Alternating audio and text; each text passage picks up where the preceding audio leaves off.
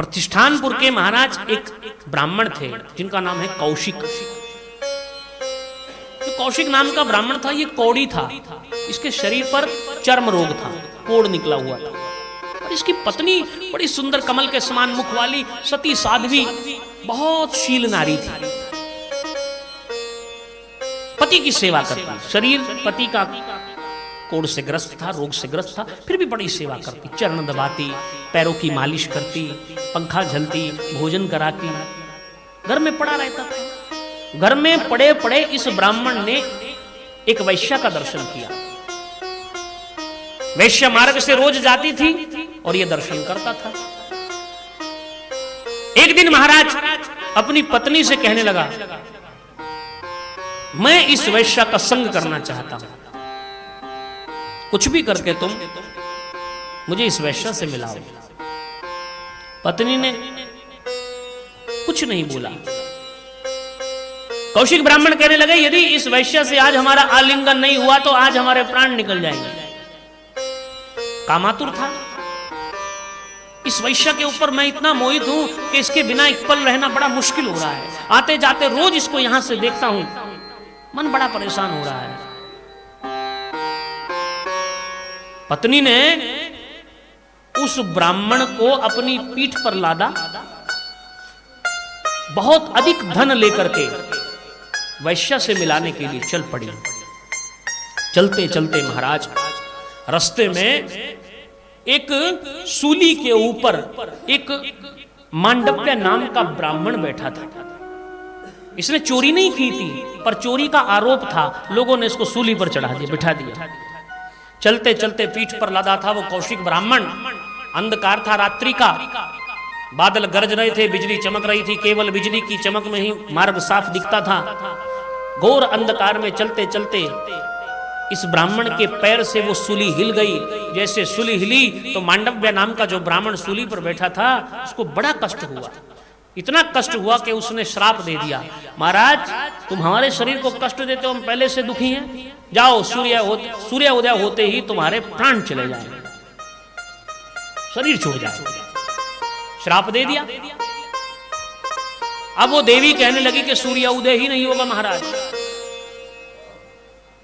ऐसा पतिव्रत धर्म था कि उसने दिन रात का चक्कर ही रोक दिया महाराज। सूर्य उदित ही नहीं हुए, सूर्य प्रकट ही नहीं हुए महाराज। लोग बाट देखने लगे महाराज। पुराने जमाने की बात है, तब घड़ियां वड़ियां नहीं होती थी।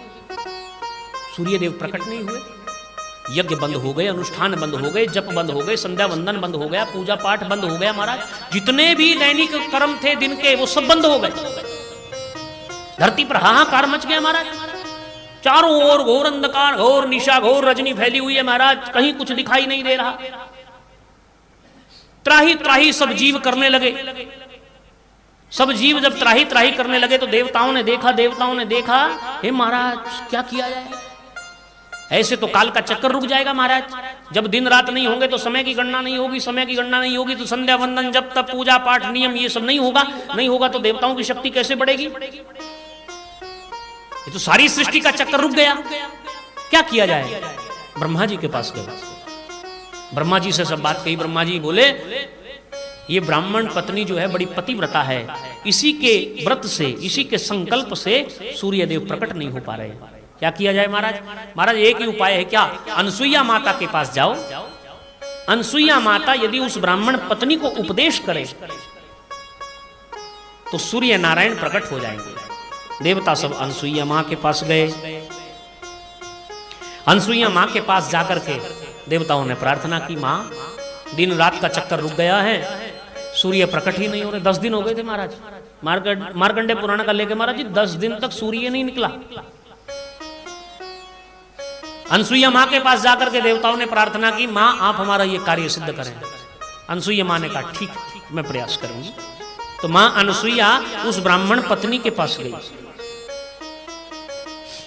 और ब्राह्मण पत्नी के पास जाकर के कहा, एते देवा सहेन्द्रेण मामुपागम्य दुखिता त्वदाम्यापात सदकरम दिननक्त निरूपणा। हे बेटी, दिन और रात सृष्टि के क्रम में है, इनको मत बिगाड़ो। जैसे पहले दिन रात होते थे वैसे ही होने दो। तुम्हारे पतिव्रत धर्म के कारण रात्रि स्थिर हो गई है, सूर्यदेव प्रकट ही नहीं हो पा रहे हैं। वो देवी रोती हुए कहने लगी, मांडव्येन महाभागे सप्तो भरता ममेश्वरा सूर्योदय विनाशम त्वं प्राप्यस्य सित्यमतित्मन्ना।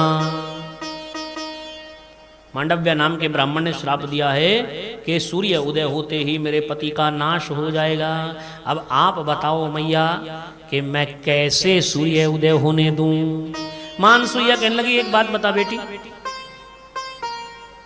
पत्नी का धर्म क्या होता है? पति की सेवा। पति जो भी कर्म करता है उसका आधा पुण्य फल तो उसको वैसे भी मिल जाता है।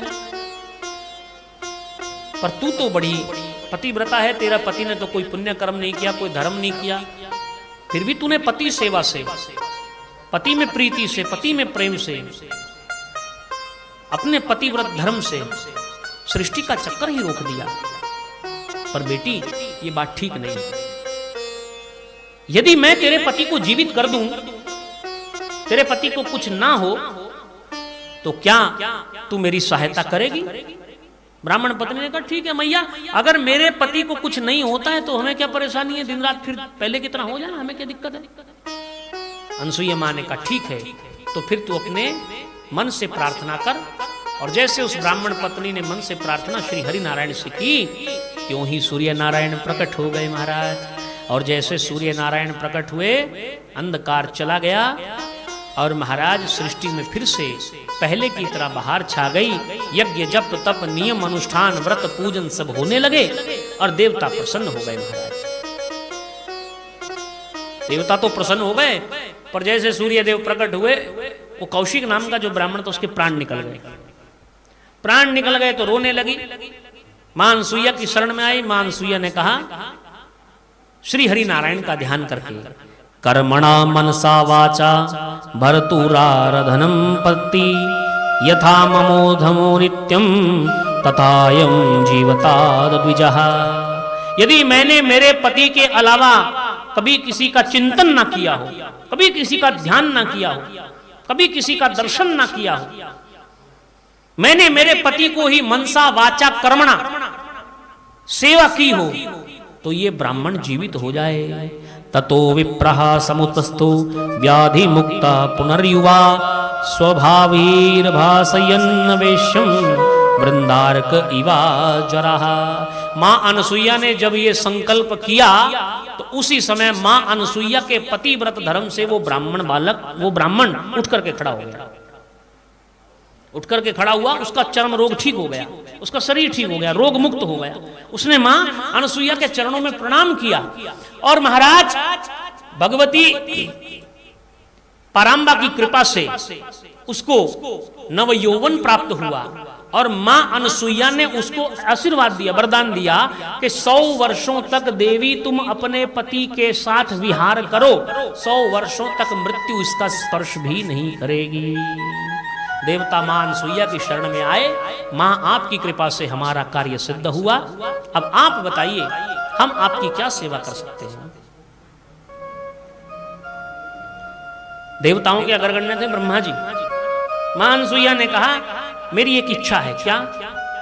बोले, मैं चाहती हूं कि ब्रह्मा विष्णु महेश तीनों मेरे बेटे बनकर के प्रकट हो।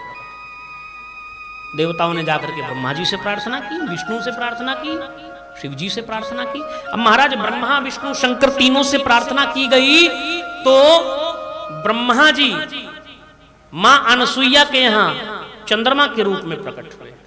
विष्णु के अंश से दत्तात्रेय जी का प्रादुर्भाव हुआ और रुद्र के